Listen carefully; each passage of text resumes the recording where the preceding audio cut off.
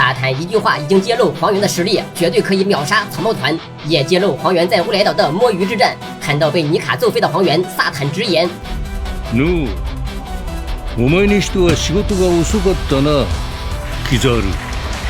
すいませんどうも。言い訳もねえ。”这一段对话充分说明萨坦对黄猿实力的认可，以及黄猿本身工作能力十分出色，而且黄猿还曾经向萨坦要一个面子。その下で友人がベガパンクを守ってんです。立ちふさがる男の覚悟潰しちゃ筋くらい通させてくださいよ。而面对要面子的黄猿，萨坦不仅没有拒绝，还表示自己会亲自出手。这里的萨坦已经很给黄猿面子了。要知道，萨坦一直将一般人类视为蝼蚁。这里与黄猿的对话也说明萨坦对黄猿实力的认可。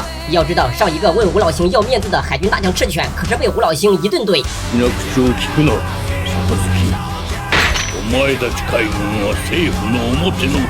相比于吴老星对赤犬和黄猿的态度，也能够看出黄猿绝对拥有不亚于赤犬的实力。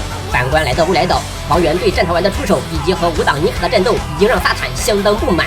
在萨坦眼中，黄猿出手就应该如同当时对战超新星时一脚一个，他就应该秒杀战桃丸，就算敌不过五党尼卡，也应该势均力敌，不分上下，而不是被一拳 KO。所以才会说你这次的工作太过于缓慢了。越到后来，黄猿的动作越磨叽，每一次都要让萨坦再次发号施令，黄猿才动一动。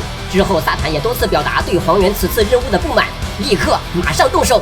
也幸好在乌来岛战斗过后，萨坦直接被伊姆剥夺了性命，要不然以后的黄猿一定不会有好日子的。萨坦一死，黄猿又可以自己的潜伏任务了。